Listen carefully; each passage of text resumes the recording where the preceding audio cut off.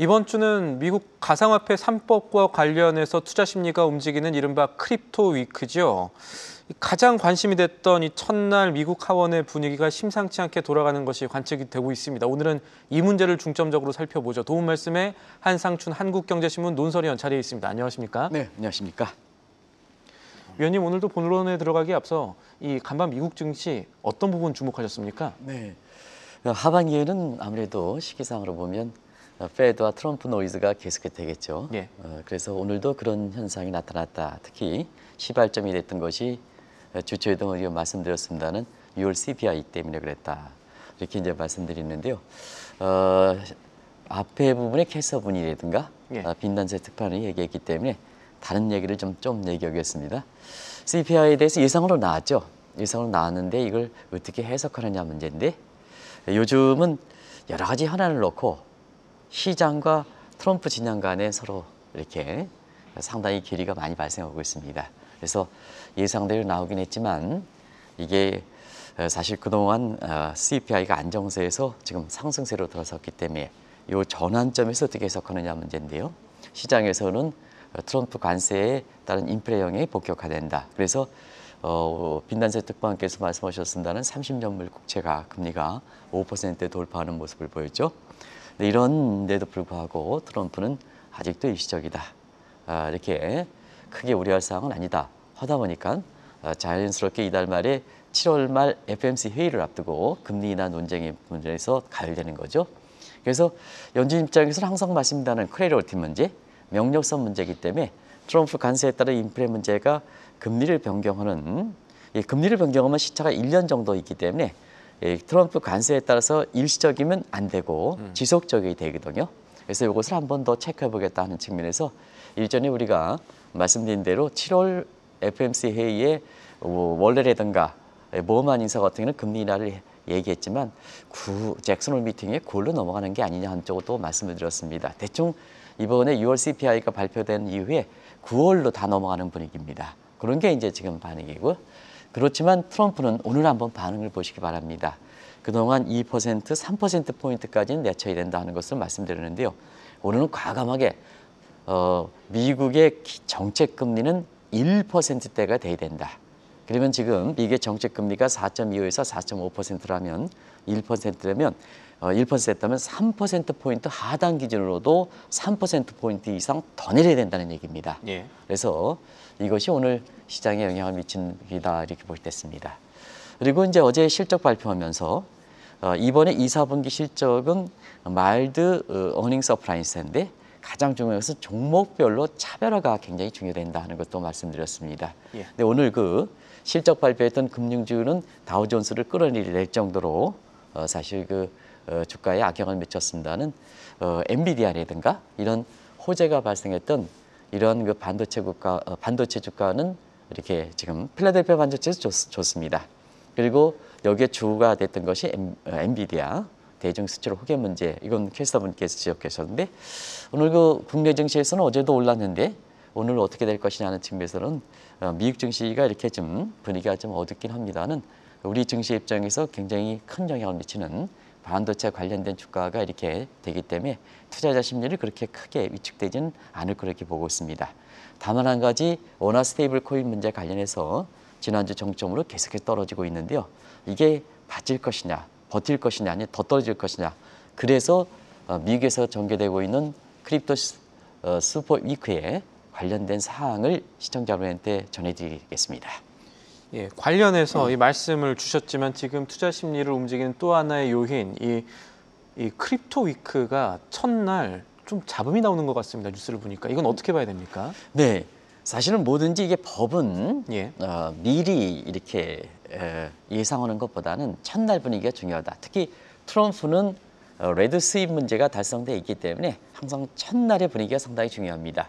그것이 이전에 그 트럼프 조세 감세법과 관련해서도 첫날 분위기가 마지막까지 되는 거거든요. 예. 그래서 첫날 분위기를 보면 일단은 의회 차원에서 가상화폐 위크, 슈퍼 크립토 위크로 설정하는 것은 굉장히 드문 일입니다.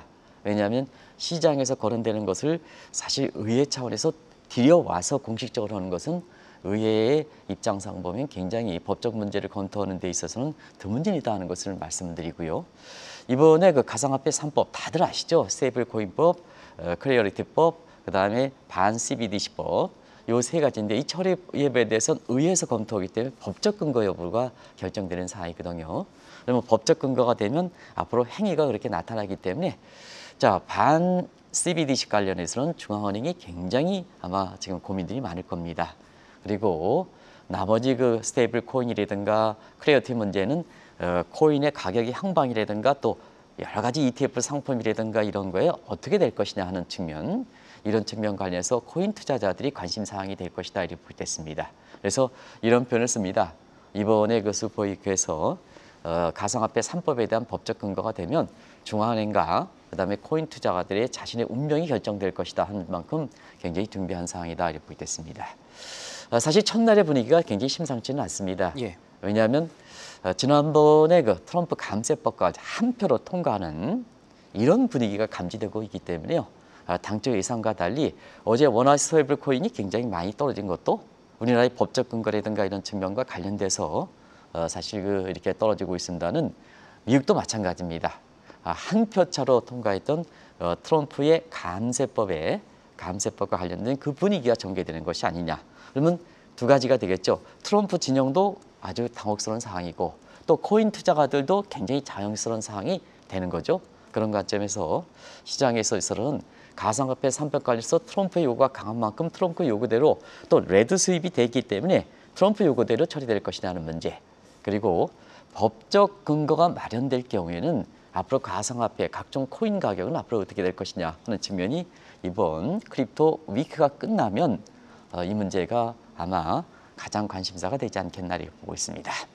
일단 크립토 위크 관련해 나온 첫 표결이 부결이 났습니다. 이것은 정치적으로 봐도 적어도 13명의 공화당 측 의원들이 트럼프 대통령의 의도대로 따르지 않았다라는 얘기가 될 것이고요. 네. 어쨌든 코인의 법적 근거를 마련할 거에 대한 논쟁이 지금 계속 사실은 10년 넘었습니다만 어쨌든 최근 좀 빠르게 진행되는 것 같은데 이거는 왜 그렇습니까? 네. 첫날의 분위기가 심상치 않다는 게 바로 그 신앵커가 바로 그렇게 부연해서 말씀드렸습니다는 트럼프 감세법 관련된 그런 문제가 재현되기 때문에 코인 투자가들이 다시 한번 염두에 두실 것을 이렇게 부탁드리겠습니다. 근데 의회 차원에서 이렇게 드문 가상 3법에 대해서 시장에서 얘기되는 것이 이렇게 그 논의하는 것은 서틀의 법칙이다 이런 얘기를 합니다. 오늘 그 새로운 용어를 말씀드리겠는데요. 서틀의 법칙은 어떠냐 하면 1950년대 이거 영화도 한번 이렇게 실화로 해가지고 실정에서 영화도 됐던 걸로 알고 있는데요. 1950년에 유명한 은행 대강도 윌리엄 서틴이라는 사람이 있습니다. 워낙 화제가 됐기 때문에 당신은 왜 은행을 털었느냐 하는 측면에서는 그게 돈이 있기 때문에 털었다. 이거 재밌죠? 돈이 산이 있게 있기 털었다. 때문에 올랐다. 올랐다 이게 똑같은 말이죠. 예. 그래서 이게 서틀의 법칙입니다. 그러면 시청자 여러분한테 왜 서틀의 법칙을 얘기하냐면 이제는 의회 차원에서 시장에서 검토되는 사항에 이런 가상화폐 관련된 내용이 너무 진전돼 있기 때문에 이게 의회 차원에서 외면만 할 수는 없는 사항이다 이렇게 보시면 되겠습니다. 원래 법 적용은 법적인 현실의 대중화 문제가 굉장히 중요하죠. 그런 측면에서 이제는 가상화폐 관련돼서 대중화가 되고 빠른 속도로 되기 때문에 의회 차원에서 법적 문제를 미룰 수 없는 과제가 됐다 이렇게 보게 됐습니다. 그래서 가상화폐 관련 대중화 문제라든가 또 최고 통수권자의 트럼프의 이 가상화폐에 대한 요구는 강하죠. 이런 걸 감안해서 미 하원의 레드슨 문제 또 상원도 레드슨 문제가 달성되기 때문에 의회에서 자연스럽게 지금 검토하고 있다고 보게 됐습니다. 또 한 가지는 지금 이제 엑세이트가 6월로 넘기고 8월 됐습니다는 다음 달입니다. 예. 이거 현안 처리를 위해서는 아무래도 지금 코인과 관련된 문제가 가장 그렇게 대안이 될 수 있기 때문에 이와 관련해서 법적 근거를 마련하는 것도 이거는 의회 차원에서 해줄 문제다 하는 것을 말씀드리겠습니다. 그래서 이런 세 가지 요인이 겹쳐서 이번에 크립토 위크가 설정되고 가상화폐에 대해서 법적 근거를 마련한다 이렇게 보게 됐습니다. 그만큼 이 가상자산의 제도권화, 어떤 법제화를 시장이 원하고 있다, 티핑 포인트를 또 넘어서고 있다 이렇게 볼 수가 있겠고 관련해 이 가상화폐 3법에 대해서 좀 자세히 알아보면 가장 많이 지금 화제가 되고 있는 스테이블 코인법에 대해서는 이번에 아마 법적 토대 마련될 것이다라는 예상이 지배적이지 않았습니까? 네. 3법 중에서는 가장 가능성이 높겠죠. 예. 그만큼 대중화됐다는 얘기입니다. 그리고 법적 근거에 대해서 시장에서 필요성을 인정하고 그다음에 의회에서도 이 문제에 대해서 긍정적으로 생각하는 시각은 많다 이렇게 보겠습니다. 그래서 통합해서 처리하면은 이번에 가상 3법에 이렇게 법적 근거가 마련하기는 어렵고 개별적인 사항으로 이렇게 될 때는 그중에서 스테이블 코인과 관련돼서는 법적 근거가 마련할 수 있다. 이렇게 보시면 되겠습니다. 아무래도 이렇게 스테이블 코인 문제가 이렇게 이번에 개별 처리된다면 법적 근거가 마련할 가능성이 높을까 하는 측면은 워낙 이슈가 되어 왔었죠. 역시 엑세이터 문제입니다. 그래서 이번에 스테이블 코인법이 통과돼야 국채수가 증가돼서 결과적으로 국채 발작 현상이라든가 그다음에 국채 금리가 안정되는 문제가 있을 거고요. 그다음에 비트코인의 지금 가격이 올라감에 따라서 차익을 실현하면 재정 적자라든가 그리고 사실 그 국가 디폴트 문제가 해결되기 때문에 8월 달에 엑스데이터라고 이렇게 무난하게 넘길 수 있는 이런 당위성을 갖고 있기 때문에 그렇습니다. 문제는 첫날의 스테이블 문제에 대해서 이 스테이블의 범위 문제를 아마 새로운 문제를 얘기해 드리겠습니다. 스테이블의 범위는 이제 협의적으로 해석할 것이냐 광의적으로 해석할 것이냐 이 문제입니다. 근데 협의적이라는 것은 코인의 스테이블을 할 때 담보를 국채만 미국의 국채를 인정할 것이냐 아니면 강의적으로 인정할 것이냐 하면 국채 이외의 유동성적인 측면이기 때문에 페드가 보유하고 1년 이내에 예. 보유자산은 이런 것을 인정할 것이냐 하는 문제입니다. 이게 페드와 결부돼서도 굉장히 역할이라든가 갈등 문제와 관련해서 굉장히 중요한 문제거든요. 그런데 시청자 여러분 아시겠습니다. 미국의 지금의 재정 적자라든가 디폴트 문제는 이렇게 국채만 가지고 해결할 수 있는 사항은 아닙니다. 왜 그러냐면 종종 것처럼 안전자산은 아니지 않습니까? 계속해서 재정 적자라든가 국가채 문제가 이렇게 되면 담보는 안정성이 보장돼야 되는데 이 담보를 얘기하는 미국의 국채 문제가 그 자체가 세계에서 신뢰가 많이 떨어지고 있지 않습니까? 그래서 이걸 대안적인 측면에서 보다 안정적인 자산을 할까 하는 측면에서는 사실 페드가 보기엔 1년 이내에 보유자산 가지고 거기에는 금이 있을 거고 만기에 따라서 이렇게 현물을 인정할 것이냐 이 문제입니다. 그러면 시청자 여러분 사실 오늘 왜 30년물 국채금리가 5% 돌파했을까 하는 측면은 바로 6월 CPI 가지만 얘기합니다는 6월 CPI는 사실 예상대로 나왔습니다. 근데 시장에서 해석하는 측면이거든요. 근데 여기에 함께 담보를 광의적으로 해석할 경우에는 어떤 문제냐? 결국 스테이블 문제의 불안 문제가 되는 겁니다. 그런 측면이고 또 한 가지는 미국의 국채에 대해서 담보만 전적으로 인정하지 않으면 결국은 미 국채 시장의 본질적으로 불안감을 인정한다는 얘기가 되겠거든요. 이런 두 가지 요인에 의해서 30년물 국채가 오늘 2개월 만에 5%를 돌파한다 이렇게 보겠습니다. 오늘 나스닥 지수가 이렇게 상승세를 보여서 연일 사상 최고치를 기록하기 때문에 1포인트만 올라가도 사상 최고치입니다. 사상 최고치 의미가 그렇게 크진 않습니다는 질적으로는 오늘 나스닥 지수도 안 좋은 겁니다. 왜냐? 엔비디아의 대중수질 재개 문제만 없었으면 질적으로도 나스닥 지수는 장 막판에 떨어지는 것과 마찬가지로 아마 성원영 PD께서 애써 이렇게 고생해 주시고 있습니다는 오늘 나스닥 지수의 일중 그래프를 한번 보여줄 수 있다면 장 막판에 그동안 엔비디아의 이렇게 상승해 보죠. 장 막판에 많이 떨어졌죠. 이게 바로 CPI의 시장의 해석뿐만 아니라 스테이블 코인의 광의적 해석 문제 하는 측면이 같이 결부돼서 결과적으로 이렇게 30년 국채 금리가 올라가고 민감한 빅테크 업종들이 떨어지는 상태에서 장 마감이 이렇게 떨어졌다 이렇게 보게 됐습니다.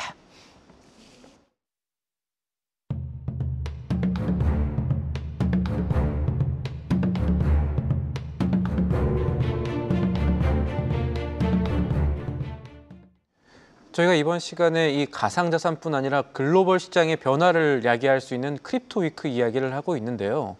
이 논의 중인 법안 가운데 클래리티 법은 시청자분들한테 좀 다소 생소할 수가 있겠습니다. 이거 어떤 내용인지 좀 설명을 부탁드릴게요. 네, 한국경제TV 시간을 많이 들으신 분들은 클래리티 다들 아실 겁니다.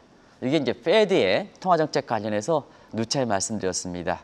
바로 클래리티 문제는 연준이 통화정책을 추진할 때 오늘도 그랬습니다는 중요한 기준이 된다는 것도 해서 시청자 여러분한테 오늘 6월 CPI가 관세에 따른 인플레 본격화할까 좀 더 확인해야 된다. 이게 이제 명료성이 확인되지 않았기 때문에 그렇습니다. 그래서 명료성이 확인될 때까지는 금리 변경을 하지 않습니다. 이게 체크 스윙 기능이거든요. 그래서 7월 달에 FOMC에서 이번에 6월 CPI가 나오고 보험안과 그다음에 월러가처럼 금리 인하가 가능성이 적다. 이 시간을 통해서 금리가 동결될 가능성이 있다. 금리는 인하는 9월 이후로 넘어간다 하는 말씀을 이렇게 시장에서 접히는 것도 바로 이 체크 스윙이기 때문에 그렇습니다.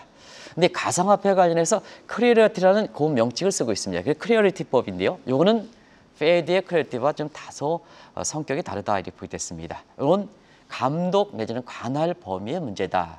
그러면 그동안 뭐냐? 관할 범위가 상당히 복잡했다는 얘기입니다. 명료성이 확정되지 못했다는 얘기입니다. 왜 그럴까? 가상화폐는 밸류상의 문제가 있기 때문에 모든 금융상품은 복합 연계 상품입니다. 주식과 그다음에 각종 파생 상품과 연계 상품이기 때문에 미국에서 오면 이 감독이라든가 관할을 통합한 게 아니고 예. 금융위기 당시에는 감독과 관할의 전문성을 허기해서 SEC와 그다음에 상품과 관련된 CFTC 이렇게 양분화시켜서 각보다 전문적으로 해야 금융위기를 예방할 수 있다는 측면에서 과거 2008년, 2009년에 미국의 감독 내지는 관할 범위 분할을 시켰습니다. 그러다 보니까 어떤 문제가 발생하냐. 복합 연계 상품은 관할 범위가 굉장히 복잡하지 않습니까? 주식으로 갈 때는 SEC로 가는 거고 상품과 관련돼서는 CFTC로 가는 거고 이게 명확하지 못했거든요. 그러면 상품이라든가 이런 게 명확하지 못하다 보니까 상품의 가상화폐 관련된 상품의 문제에 있어서도 감독 이런 문제가 규제 문제가 얼마큼 복잡합니까? 그러다 보니까 어떠냐? 중복 규제가 문제가 나타나는 거죠. 중복 규제가 나타나기 때문에 자 이번 같은 경우에는 클리어리티법을 통해서 이것을 명확하게 하자. 증권 같은 경우는 SEC로 넘기고 상품과 관련된 것은 CFTC로 하면 결과적으로 보면 이 명료성 문제가 확인되지 않겠느냐. 그리고 중복화폐 중복화폐 그다음에 사후규정과 관련돼서 사후규제와 관련돼서 이 문제도 명확해되지 않겠느냐 이렇게 보고 있습니다. 그래서 이번에 클리어리티법이 법적 근거가 마련될 때는 그동안 많은 혼란을 피웠던 가상화폐 유혹과 관련해서 주식과 관련돼서는 SEC를 남기고 그다음에 상품과 관련돼서는 CFTC로 간다 이렇게 보시면 되겠습니다. 알겠습니다. 미국의 가상자산 3법 가운데 또 업계에서 주목하는 것 중에 하나가 반 CBDC법이라고 하던데 이 문제가 연준뿐 아니라 한국은행 그러니까 우리한테도 영향을 끼칠 수가 있다고요? 네. 그래서 지난번에 포르투갈에서 예. 신트라 포럼에서 포럼 때, 예. 각 그 중앙은행이 굉장히 총재들이 위기 의식을 느끼고 굉장히 센트럴뱅크 디지트에 옹호하고 트럼프가 갖고 있는 센트럴뱅크 디지트의 반대 의견에 대해서 굉장히 반박했던 것도 바로 이런 대목이 그때 당시에 법적 근거가 마련되려 그러기 때문에 그렇다 이렇게 보이겠습니다. 자, 연준은 아시겠습니다는 미국은 센트럴뱅크 디지털 커런시 법적인 디지털 이렇게 통화는 사실은 이렇게 시장과 별도로 이렇게 커플링 차원에서 디커플링 차원에서 검토했습니다. 이건 이제 전문적인 용어로 다이카타마이즈 방법이다. 이분법적으로 재겠습니다. 시장 움직임과 다르다. 그다음 우리는 디지털 시대의 화폐는 디지털로 중앙은행이 주주해서 만들겠다 하는 입장이 그동안 바이든 정부 시절에 브레이너스 전 이사가 이렇게 돼서 주도해서 연구 검토하고 한국은행도 입장을 따랐습니다. 이때 스테이블코인 문제, 시장에서 하는 코인을 법적 근거를 마련해서 법적 가치를 부여할 때는 어떤 문제가 될 것이냐 하면 시청자 여러분 아시겠지만 지금 시청자분이 갖고 있는 5만 원권이 어떻게 될 것이냐 100달러는 어떻게 될까 이 문제가 통화주권 문제가 심각하게 복잡되는 거죠. 그래서 이 법정 통화 문제가 지금 어떻게 될지 이 문제가 위기되면 중앙은행이 위기가 되는 거죠.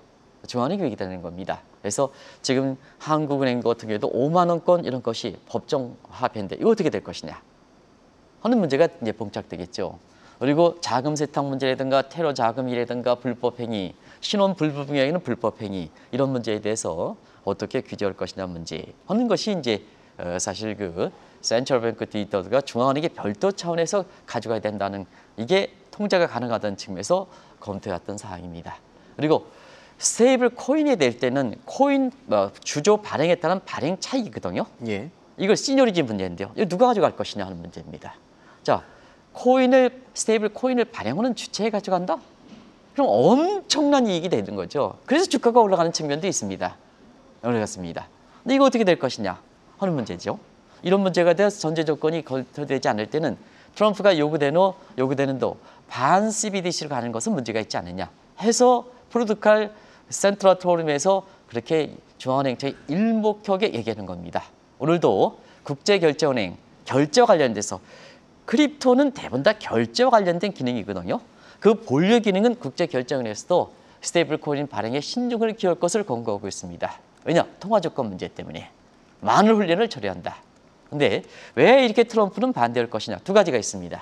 하나는 중국의 인민은행이 센트럴뱅크 디지털을 인민은행의 별도 차원에서 검토해서 각 이렇게 대중화시키는 측면이거든요. 그래서 시장에서 받아들이지 않았습니다. 이게 가장 앞서가거든요. 중국이 이미 법정화폐 단계까지 갔으니까. 그리고 바이든 입장에서는 앞서 말씀드린 같이 센트럴뱅크들 시장의 코인과 관련돼서 별도로 검토해왔거든요. 예. 그러다 보니까 트럼프 입장에서는 대중경제, 앞서가는 대중경제, 바이든 지우기 이 두 차원에서 사실상 저렇게 많은 문제를 가진데도 불구하고 이번에 가상화폐 3법과 관련해서 중앙은행이라든가 코인 투자관에서 관심 있는 이런 그 반 CBDC법에 대해서 법적 근거를 마련한 이 문제가 하원에서 검토되고 있다. 하는 것을 말씀드리겠습니다.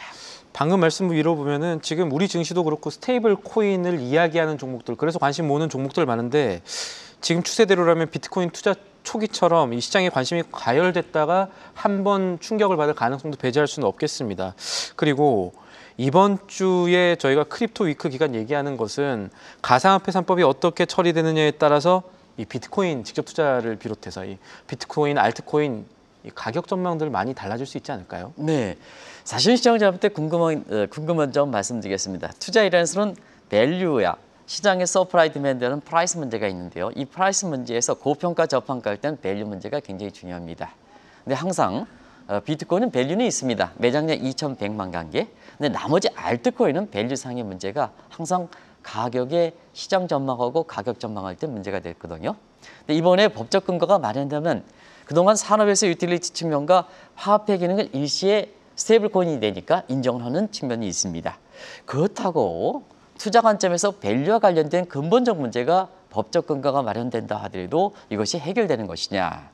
밸류는 법적 근거에서 어느 정도 희석시킬 수 있더라도 근본적 본질 문제는 외면하는 거다 이렇게 보게 됐습니다. 그러다 보니까 이번에 법적 근거를 해서 코인 투자가들이 굉장히 낙관적으로 얘기하는 문제에 있어서 그렇게 낙관적 시각대로 가려면 이렇게 존 메디언 케인즈가 얘기했던 Great Fool Theory, 더 큰 바보인 이론이 있어야 된다는 것도 말씀을 드리겠습니다. 그런 측면에서 비트코인 전망 관련해서는 밸류 문제가 본질적으로 해결되지 않기 때문에 어떻게 보느냐에 따라서 극과 극으로 나누는 거죠. 예. 그래서 캐시우드는 2030년까지 저도 깜짝 놀라겠습니다. 숫자를 보고 오겠습니다. 230만 달러 1코인당. 그리고 낙관적으로 얘기하면 240만 달러도 가능하다. 우리 돈으로 한번 환산해 보시기 바랍니다. 근데 투자의 기재라는 월해법에서는 모든 코인을 다 할 때 25달러를 지불하지 않겠다. 그만큼 부정적이죠. 그리고 오늘도 그 페드를 좀 제발 흔들리지 말라 목소리를 높였던 다이먼 회장 같은 경우 이 다이먼 회장이 사실 오늘 얘기했기 때문에 국채 금리가 미국의 국채 금리가 올라간 측면도 있습니다. 왜냐하면 2년 전으로 기억되고 있나요? 미국의 10년물 국채 금리가 뭐 8%까지 갈 수 있다. 그랬었죠. 이 다이먼이 등장하면 국채 금리 올라갑니다. 근데 오늘 다이먼 회장이 사실 이 다이먼 회장도 someday sometimes 어느 날 갑자기 비트코인은 그다음에 알트코인은 특히 알트코인은 밸류가 없기 때문에 제로가 된다 하는 쪽으로 여전히 부정적으로 입장을 채우고 있습니다. 그래서 법적 근거가 올라가면 가상화폐 가격이 올라간다 하더라도 항상 거품 문제, 밸류 문제가 본질적으로 해결하는 문제는 아니기 때문에 거품 우려가 된다. 그러다 보니까 우리와 똑같은 상황이 되죠. 원화 스테이블 코인 문제 얼마나 가격이 카카오페이라든가 많이 올랐습니까? 그런데 지난 주말을 계기로 해서 폭락하는 양상, 프레시 크래시 현상이 나타나서 카카오페이 같은 경우는 3년 전인가 4년 전으로 기억되는데요. 이때 카카오의 악몽들이 있습니다. 그때 여러 가지 카카오의 이사장이라든가 이런 사람들이 굉장히 이 카카오 투자했더니 조금만 밸류가 나타나면 또 계열사 210만 배, 210개 가해. 그러니까 뭐냐면 본래 카카오에 투자했던 사람은 미래 잠재가치 생각해서 투자하는데 이게 자기만 잘났다고 잠재가치 있으면 또 계열사로 해. 그러니까 이게 카카오가 시장에 신뢰를 잃으면서 폭락했던 상황이 이번에 또 나타나는 거죠. 그래서 시청자 여러분도 미국의 슈퍼 크립토 슈퍼 위크가 끝나면 지금 우리 원화의 스테이블 코인 문제가 떨어지기 때문에 이게 어떻게 될 것이냐 하는 측면이 사실 카운미의 가격 전망 관련해서 본질적으로 법적 근거가 만들어도 본질적 문제, 밸류상의 문제는 완전히 그 의구심을 해소시키는 것은 아니다는 것을 말씀드리겠습니다. 마지막 말씀이 사실 중요합니다. 결국 문제는 우리 투자자, 우리 증시, 우리 시장인 거죠. 미국이 크립토 위크 맞으면서 달러 스테이블 코인 관련 주식 올랐는데 우리 스테이블 코인 관련 종목들, 주식들 그렇게 좋은 모습을 보이고 있는 것 같지는 않습니다. 네, 가상화폐 상표 관련해서 지금 첫날을 맞았을 때 굉장히 이렇게 의회 내에서도 좀 논란이 있는 것은 그만큼 달러 스테이블 코인 문제라든가 반 CBDC라든가 이런 문제에 대해서 굉장히 전제 조건의 해결한 문제가 어렵다는 얘기거든요.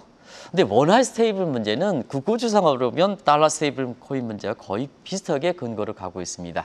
그러면 시청자 여러분, 자, 달러 스테이블 코인 문제도 그렇게 상당히 불안한데 우리나라의 국채를 담보로 하는 원화 스테이블 코인 문제는 과연 달러 스테이블 코인 문제와 원화 스테이블 같이 있을 때 누가 어디를 선호할 것이냐? 당연히 달러 스테이블 코인 문제를 선호하겠죠. 그래서 우리나라가 달러 폐기제가 된다는 얘기가 바로 여기 있습니다. 그래서 최근에 그 원화 스테이블 코인 문제가 사실 이렇게 불안한 달러 스테이블 코인 불안한 점을 감안해 볼 때 이례적으로 지난주까지 원화 스테이블 코인과 관련해서 관련된 카카오페이라든가 했습니다는 이게 뭐냐? 지금 이렇게 장중에서 45% 떨어지는 장중 최고치에 떨어지는 이런 모습을 보이는 것은 자 이렇게 불안하니까 현 정부 입장에서 더 강력한 법적 근거를 마련하지 않으면 우리 달러 스테이블 코인 문제가 더 이렇게 불안하기 때문에 이와 같은 사항이 연출된다는 것을 꼭 좀 염두에 둘 필요가 있다는 것을 말씀드리겠습니다. 알겠습니다. 오늘 말씀은 여기까지 듣죠. 지금까지 도움 말씀의 한상춘 한국경제신문 논설위원이었습니다. 위원님 오늘도 감사합니다. 네, 고맙습니다. 계속해서 다양한 경제 이슈를 알고 싶다면 구독과 좋아요, 알림 설정 부탁드립니다. AI 캐스터 권미정이었습니다.